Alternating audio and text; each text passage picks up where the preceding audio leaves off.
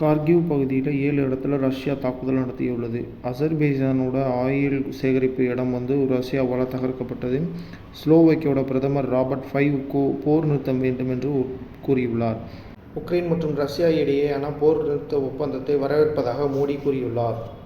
இந்தியாவும் மற்றும் சீனாவும் எதிரி நாடுகள் அல்ல, கூட்டாளி நாடுகளாக இருக்க வேண்டும் என சீன வெளியுறவுத்துறை அமைச்சர் வாங் யி கூறுகிறார்.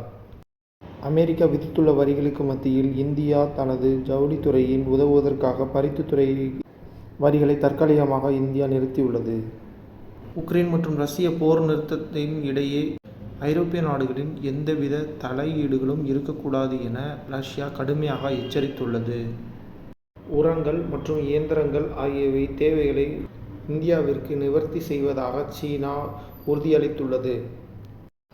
வரி விதிப்பின் மூலம் அமெரிக்காவின் 37 டிரில்லியன் அளவிலான கடனை குறைக்கும் என ட்ரம்ப் கூறுகிறார். மும்பையின் மழை வெள்ளம் காரணமாக மக்களின் இயல்பு வாழ்க்கை பாதிக்கப்பட்டுள்ளது.